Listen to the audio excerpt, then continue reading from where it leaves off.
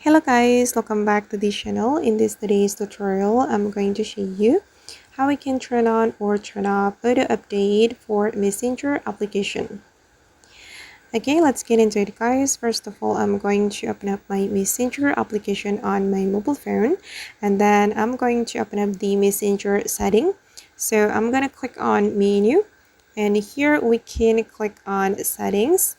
And after the settings has been opened, we're going to scroll down until we find the app update. Okay, this is the app update menu, and you need to click on this menu, and here you will be able to turn on or turn off the auto update for Messenger app. And as you can see guys, I have activated the auto update feature for my Messenger. So my Messenger app will be updated automatically when I'm connected to the internet, if it's available.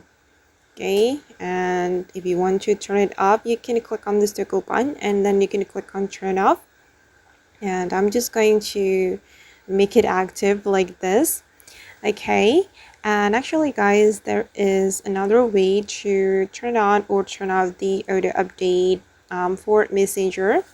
So the method is using the Google Play Store, and this is just for the Android user only guys. You can go to your Play Store, and then you're going to open up the Play Store setting to turn on or turn off the auto update for Messenger. You can go to your profile first, and then you're going to go to the settings. Okay, and then go to the network preferences.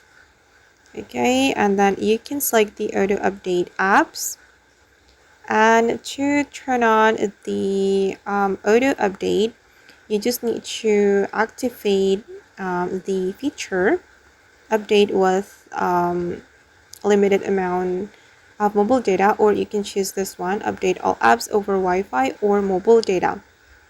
If you want to turn on the auto update for your Messenger, you can choose this one. But if you want to turn off the auto update, you can select down auto update apps. Okay, just like this.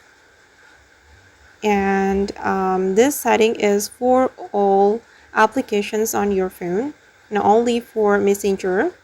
If you just want to turn on the auto update for Messenger, so better if you go to the Messenger app to turn on the auto update feature.